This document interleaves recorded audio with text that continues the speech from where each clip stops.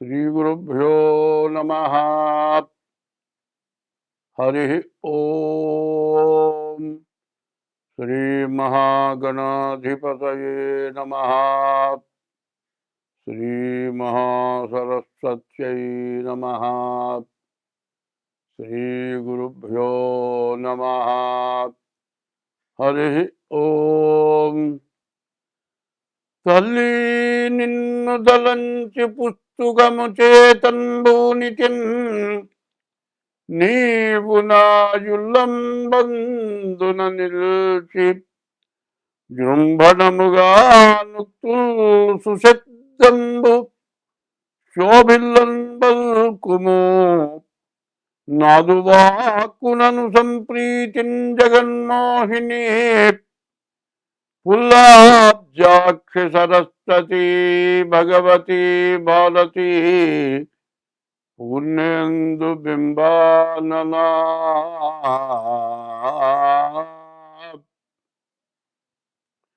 అరజన్ శంతను పుత్రుపై విదురుపై అక్రూరుపై గుబ్జపై నరుపై ద్రౌపదిపై కుచేలునిపయన్నందవ్రజశ్రేణిపై పరగన్ గల్గు భవత్కృపాల సమునాపై కొంతరానిమ్ము. నీ చరణాబ్జంబులు నమ్మినాడ జగదీశా. కృష్ణ భక్త ప్రియా.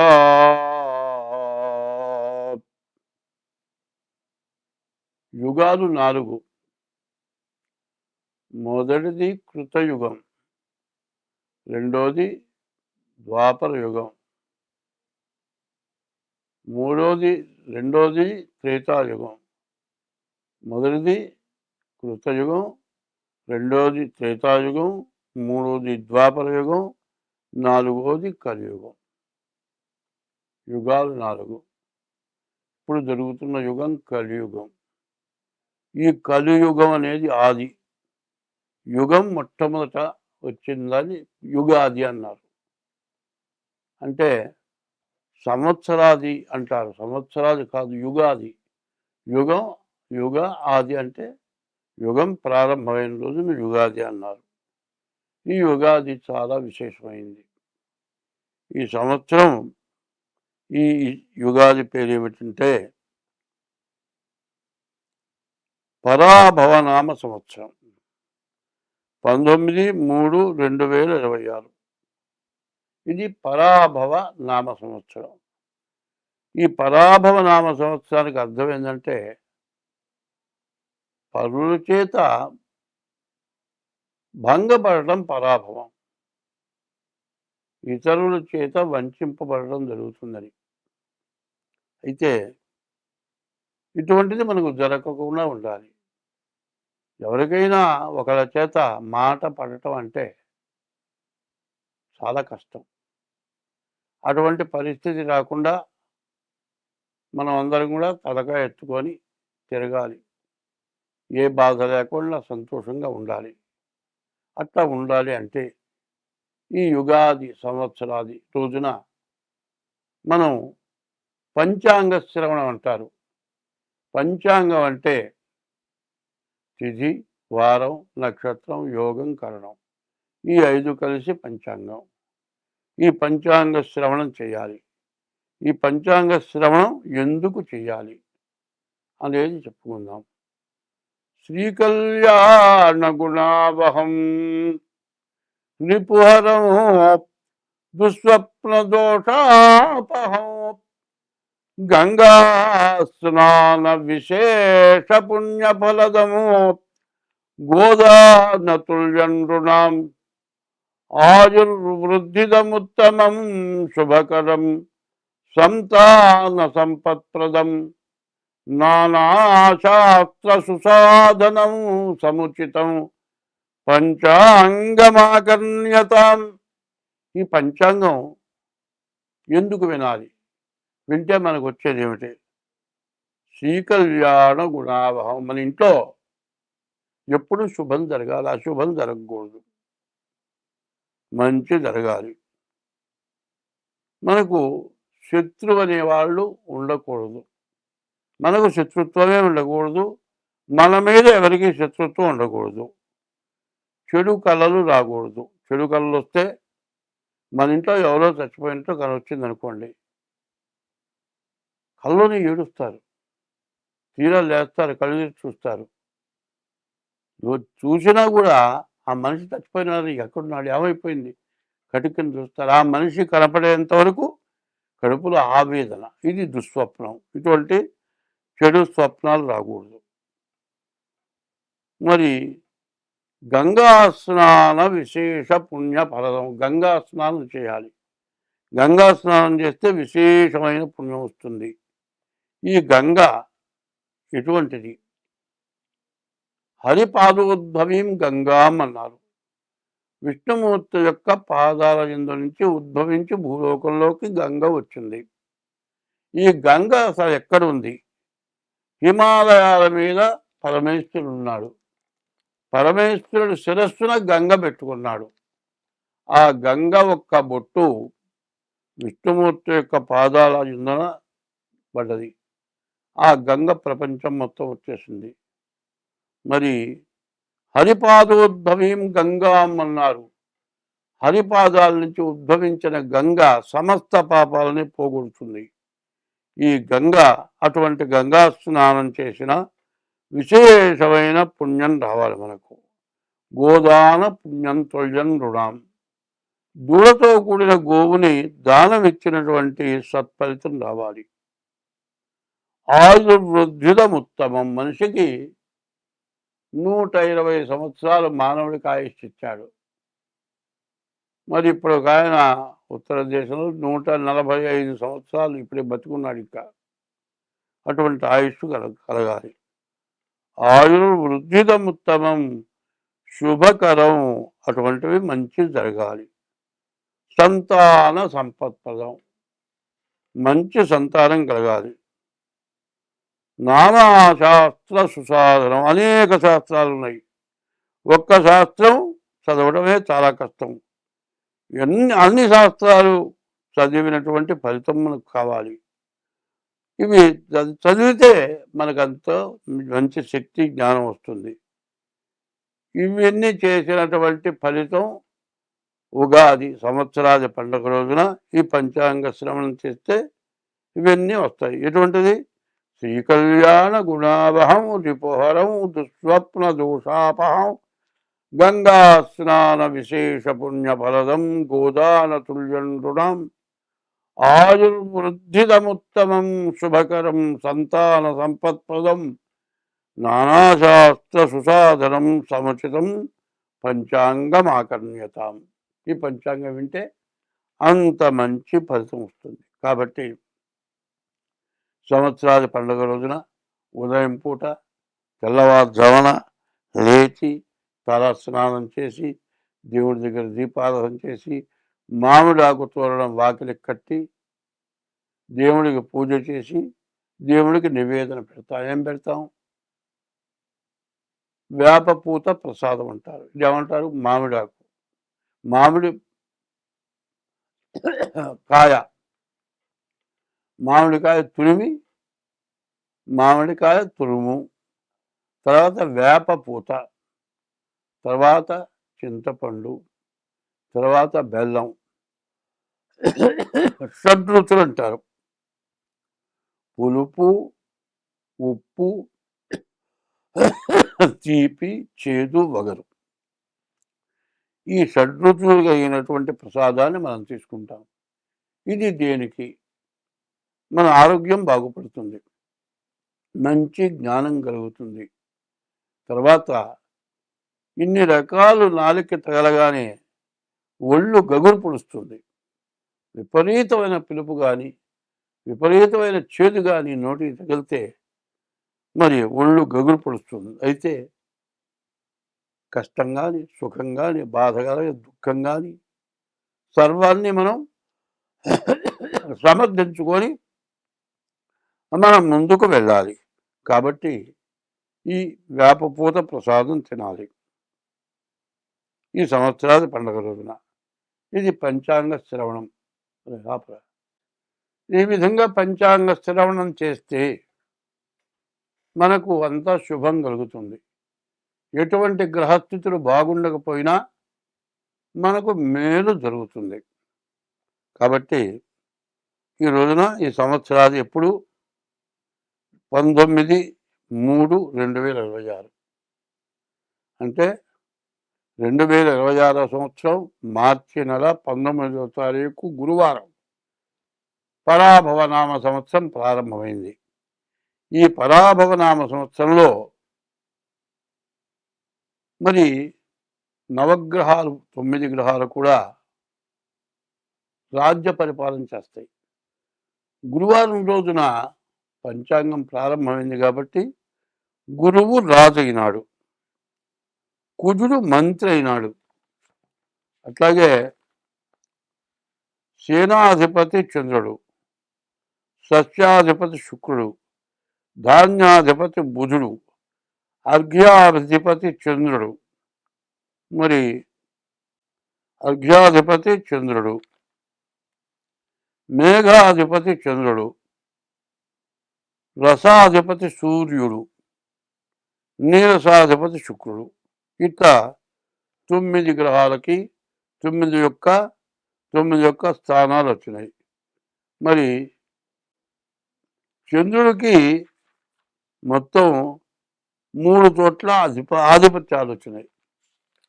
మరి సూర్యుడు మరి గురువు రాజు అవటం, గురువు బ్రాహ్మణ గ్రహం కాబట్టి అంతా మేలు జరగటానికి అవకాశం ఉంది. ఈ గురువు వల్ల మరి బియ్యం, మరి వెన్న, నెయ్యి, పంచదార ఇటువంటివన్నీ కూడా బాగా పంట పండుతాయి.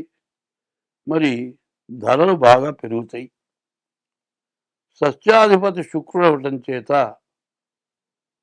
ధాన్యాలు, మరి తెల్ల ధాన్యాలు,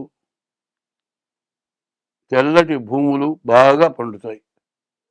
ధాన్యాధిపతి బుధుడు అవటం చేత వర్షం మధ్యమ వర్షం, సమస్త జనం కూడా గాలి మబ్బుల వల్ల ఎక్కువ భయం కలుగుతుంది. అర్ఘ్యాధిపతి చంద్రుడు, అన్ని రకాల సస్యాలు ఫలిస్తాయి. తేనె, రసములు, ఉప్పు, మణులు, శంఖములు, చేపలు, గోధుమలు, ఆహార ధాన్యాలు, వస్త్రాలు, జొన్నలు, సజ్జలు, పంచదార, బెల్లం, పెట్రోలు, ఇతర నూనెలు, వెన్న, నెయ్యి, పాలు, పెరుగు, తమలపాకులు, వెండి, బంగారం బాగా దొరుకుతుంది. మేఘాధిపతి కూడా చంద్రుడు. సర్వదేశములందు కూడా మంచి వర్షం కురుస్తుంది. ధాన్యాలన్నీ కూడా బాగా ఫలిస్తాయి. గోవులు బాగా పాలిస్తాయి. గోవులు సుభిక్షంగా ఉంటాయి. గోబ్రాహ్మణేభ్య శుభమస్తు నిత్యం, లోకా సమస్తా సుఖినో భవంతు. గోవు బ్రాహ్మడు ఇప్పుడు కూడా బాధ లేకుండా సుఖంగా సంతోషంగా జీవిస్తే లోకం మొత్తం బాగుంటుంది అని. మరి గోవులు బాగా పాలిస్తాయి. మరి సూర్యుడు రసాధిపతి. నెయ్యి, నూనె, బెల్లము, తేనె, వేరుశనగ, కొబ్బరి నూనె, ఆముదం, అవిసె నూనె, నువ్వుల నూనె, చింతపండు, నిమ్మ, నారింజ, మామిడి ఇటువంటివన్నీ కూడా బాగా ఫలిస్తాయి. నీరసాధిపతి శుక్రుడు.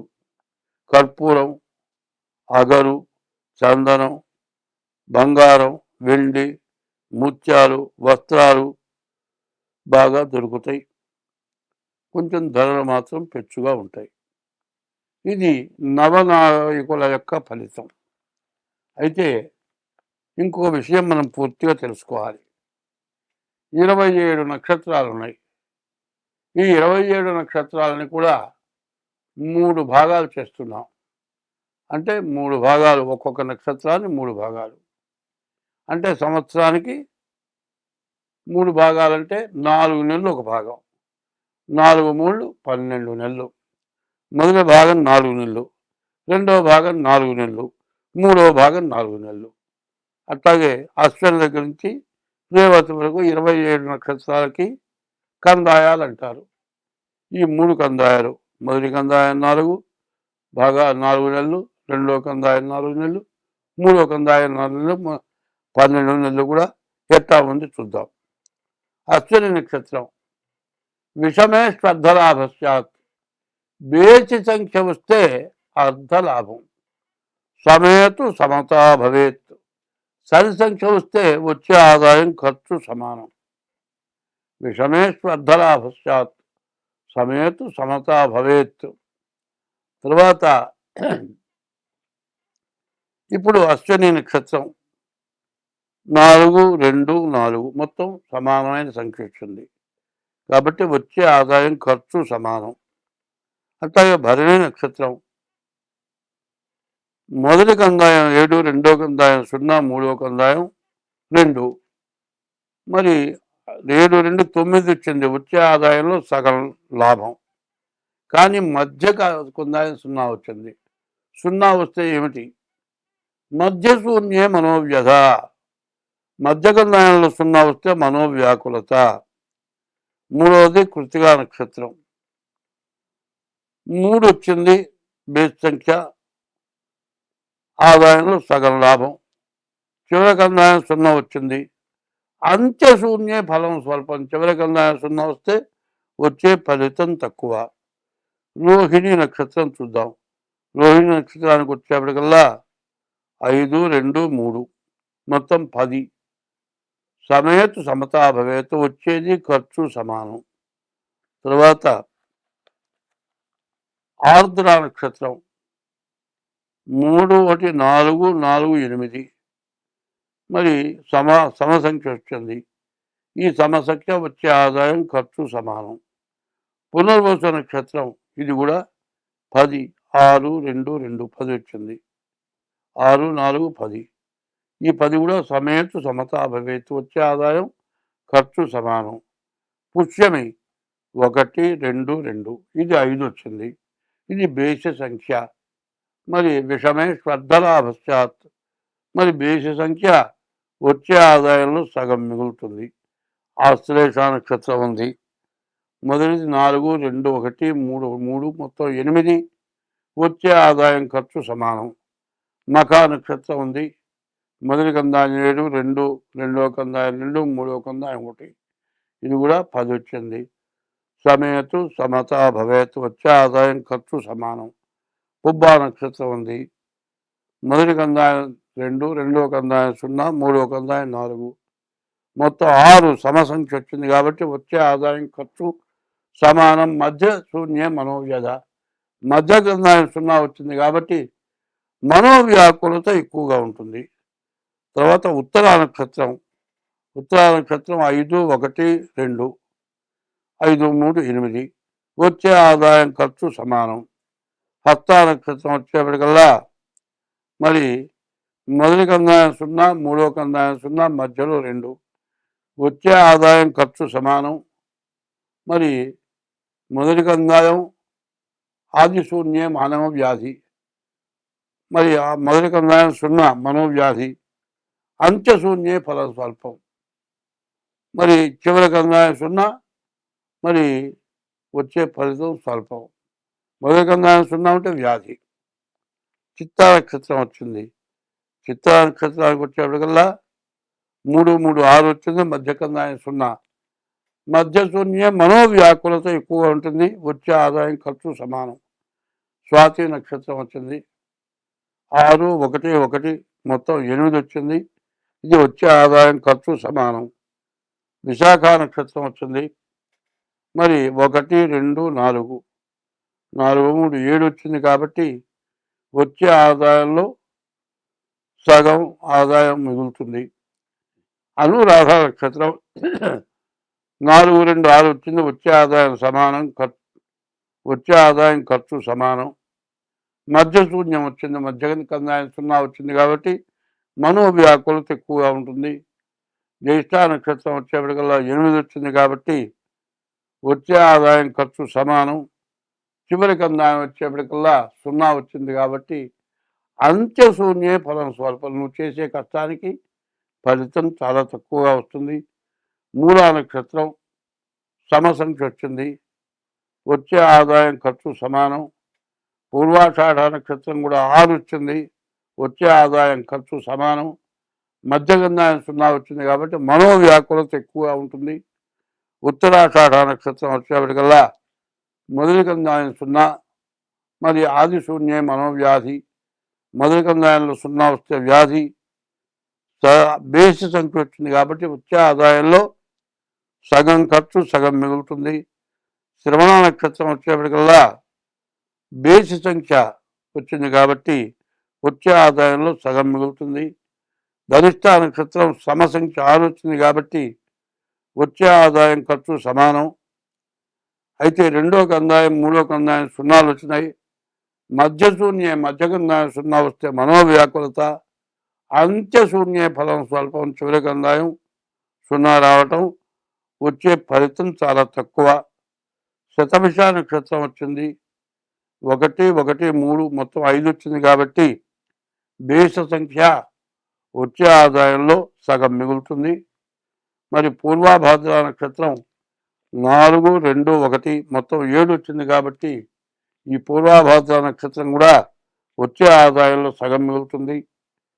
ఉత్తరాభాద్ర నక్షత్రం కూడా 7, 4, 11 మరి బేస్ సంఖ్య వచ్చింది కాబట్టి వచ్చే ఆదాయంలో సగం మిగులుతుంది. మధ్యగంధాయం 0 ఉన్నది కాబట్టి మధ్యశూన్యే మనోవ్యాకులత ఉంటుంది. రేవతి నక్షత్రం 2, 1, 2 5 వచ్చింది కాబట్టి వచ్చే ఆదాయంలో సగం మిగులుతుంది. ఇది ఆదాయ వ్యయాలు. ఇవి కందాయ పదాలు చెప్పుకున్నాం. ఇప్పుడు ఆదాయ వ్యయాలు చూద్దాం. వచ్చే ఆదాయం అంతా ఖర్చు అంతా. మేషరాశి వాళ్ళకి 11 ఆదాయం, 5 ఖర్చు, 6 మిగులుతుంది. వృషభ రాశికి 5 ఆదాయం, 14 ఖర్చు, అంటే 9 ఎదురు పడుతుంది. మరి మిథున్ రాశికి వచ్చేప్పటికి 8 ఆదాయం, 11 ఖర్చు. మూడో రాశి మిథున్ రాశి, 8 ఆదాయం, 11 ఖర్చు, అంటే 3 ఎదురు అప్పు తేవాలి. కర్కాటక రాశి 2 ఆదాయం, 11 ఖర్చు, 9 బాకీ. సింహరాశి 5 ఆదాయం, 5 ఖర్చు. వచ్చే ఆదాయం ఖర్చు సమానం. మరి కన్యారాశి 8 ఆదాయం, 11 ఖర్చు, అంటే 3 అప్పు. 7 తులారాశి 5 ఆదాయం, 14 ఖర్చు, 9 బాకీ. మరి వృశ్చిక రాశి 8 వృశ్చిక రాశి 11 ఆదాయం, 5 ఖర్చు, అంటే 6 మిగులుతుంది. ధనుస్సు రాశి 14 ఆదాయం, 11 ఖర్చు, 3 మిగులుతుంది. 10 మకర రాశి 2 ఆదాయం, 8 ఖర్చు, కాబట్టి 6 మిగులుతుంది. 11 కుంభరాశి 2 ఆదాయం, 8 ఖర్చు, అంటే 6 అప్పు చేయాలి. మరి 12 మీనరాశి 14 ఆదాయం, 11 ఖర్చు, 3 బాకీ జరుగుతుంది. ఇది ఆదాయ వ్యయాలు. చివరిది రాజపూజ్యం, రాజావమానం. అవమానం ఎంత? మంచి అనిపించుకోవడం ఎంత, చెడు అనిపించుకోవడం ఎంత? మంచివాడుగా పూజింపబడటం ఎంత, చెడువాడుగా తిట్లు తింటం మరి బాధలు పడటం ఎంత అనేది తేలుతుంది. మేషరాశి 11 రాజపూజ్యం, 5 రాజావమానం. 11 చోట్ల పూజింపబడతారు, 5 చోట్ల అవమానపడతారు. 2 వృషభ రాశి 5 రాజపూజ్యం, 5 చోట్ల పూజింపబడతారు, 14 చోట్ల అవమానింపబడతారు. మిథున్ రాశి 8 చోట్ల పూజింపబడతారు, 11 చోట్ల మరి అవమానపడతారు. కర్కాటక రాశి 2 చోట్ల పూజింపబడతారు, 11 చోట్ల అవమానింపబడతారు. 5 సింహరాశి 5 చోట్ల పూజింపబడతారు, 5 చోట్ల అవమానపడతారు. 6 కన్యారాశి 8 చోట్ల పూజింపబడతారు, 11 చోట్ల అవమానపడతారు.